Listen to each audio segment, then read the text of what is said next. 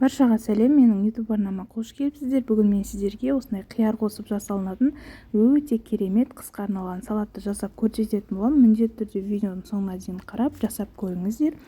Ең бірінші жұмысымызды қиярларды жақсылап жуып алып, екі шетін алып, осындай салқын суға, тұзды суға салып қоямыз. 2 сағат тұрса жеткілікті. Кейіннен помидорларды жақсылап жуып, осылай ортасынан бөліп алып, мясорубкадан өткізсеңіз болады. Мен бұл жерде ет тартқыштан немесе осылай мен сияқты блендерден өткізіп алсаңыздар болады. Осылай дайындап қоямыз. Енді біздің қуыратын ыдысымызға майды құйып қыздырып аламыз. Негізі қуырмайды жасауға болады, бірақ қуырып жасаған дәмдірек қыздар.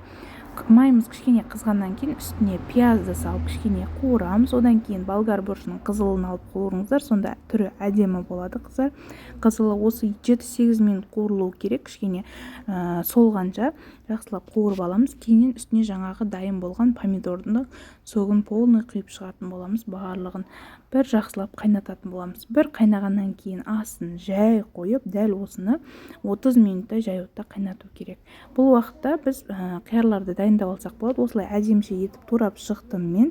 Сіздер ірілеу қылып турасаңыздар болады, пышақпен турасаңыздар да болады. Қыздар, бұл уақытта банкалардың крышкасы және банканың өзін парттап булап дайындап қою керек. Бұл уақытта біздің помидорымыз жақсы қайнап жатыр. Міндетті түрде жай отта 30 минуттай қайнатыңыздар, сол кезде помидор жақсы болып піседі. Кейіннен бұл жерде чеснокты, сельдерей және де укроп, өзіңіз қалаған жасыл шөптерді турап дайындап алсаңыз болады.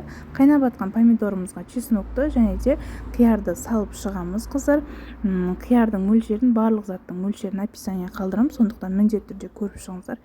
Кейіннен енді тұзын, шекерін, бұрышын қоссаңыз болады. Негізі горошек, бұрыш, лавровый лист қоссаңыздар болады. Мен бұл жолы қоспадым, қыздар. Дәміне қарай ащы бұрыш та саламыз. Мен біреуін бөліп салдым. Негізі ащыны жақсы көрсеңіз, екеуі салсаңыздар болады. Зелендерді бір қайнауына 10 минут қалған кезде салатын боламыз. Қиярды салғаннан кейін көп қайнатудың қажеті жоқ. 15-20 минут қайнаса болғаны, қыздар. Дәл осындай болған кезде алып ыстық күйінше дайын тұрған банкаларға құйып жауып шығамыз, қыздар. Жабардан алдым кішкене уксус сеуіп шығыңыздар. Барлығына жарты чайный ложкадан, өйткені қияр деген атылуға бейімдеу керек. Жақсылап дайындап алып, банкаға құйып шыққаннан кейін әдемілеп үстінен закрывашкамен жауып шығамыз. Бетін жауып, төңкеріп, бір түнге қалдырып қоямыз. Осындай болып, бір түннен кейін осылай ашып жауып көре берсеңіздер болады. Міндетті түрде жасап көріңіздер, ас болсын.